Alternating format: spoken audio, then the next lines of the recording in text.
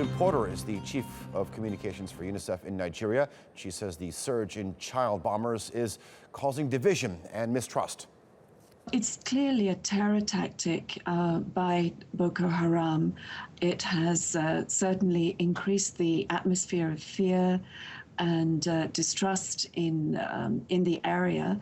It's also a tactic that makes it easier because obviously people can look at, people have been more suspicious of men walking into crowded places. People have been less suspicious traditionally of women and children. So it's been easier for them to get into places without being challenged by security forces. However, of course, that is changing now. It's having a terrible, terrible impact on children who have escaped from Boko Haram or children who've been liberated as areas have been liberated.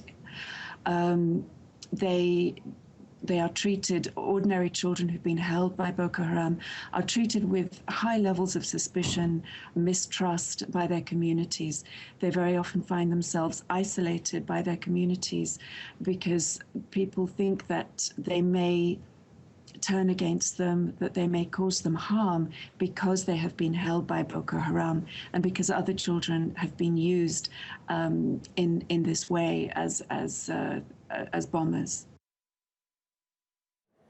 All right, let's get more on this now with our Fidelis Emba, who joins us in the studio with more. Fidelis, you just heard Doune Porter there. I want your sense, your take on it. How serious is the problem?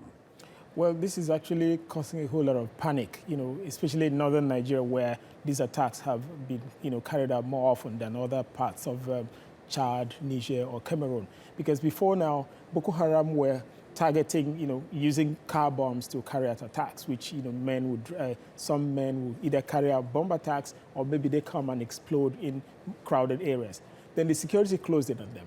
After that, women in flowing gowns and hijab, because it's very rare for security men to search women. So, and there were very few security women at security checkpoints. So these women passed with ease. Boko Haram infiltrated some of them, and then they started these bombings. And then now with children, it's getting worrisome because rather than show love to these children, especially like maybe children who have been rescued from communities that were run over by Boko Haram, right now people are treating them with so much suspicion, which is actually really a dangerous trend.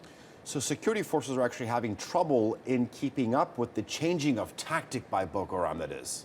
Yes, because as the security people are actually closing in on them, on their tactics, they are also trying to devise other means of increasing attacks. Because in recent weeks, the security men, especially in Nigeria, have made some gains in terms of recovering lost territories, in terms of rescuing hostages, in terms of killing some Boko Haram fighters, and also recovering their arms and ammunition. And same in Cameroon, where they've also been trying to close in on them. Chad has also, and then Niger, have tightened their borders. So it's something like no one knows next what they're going to come up with. Now that they're targeting children using them, and these children, out of innocence, they might just carry this as maybe just a toy or something, because some of them are as young as 5 or 6. All right, we thank you for that analysis.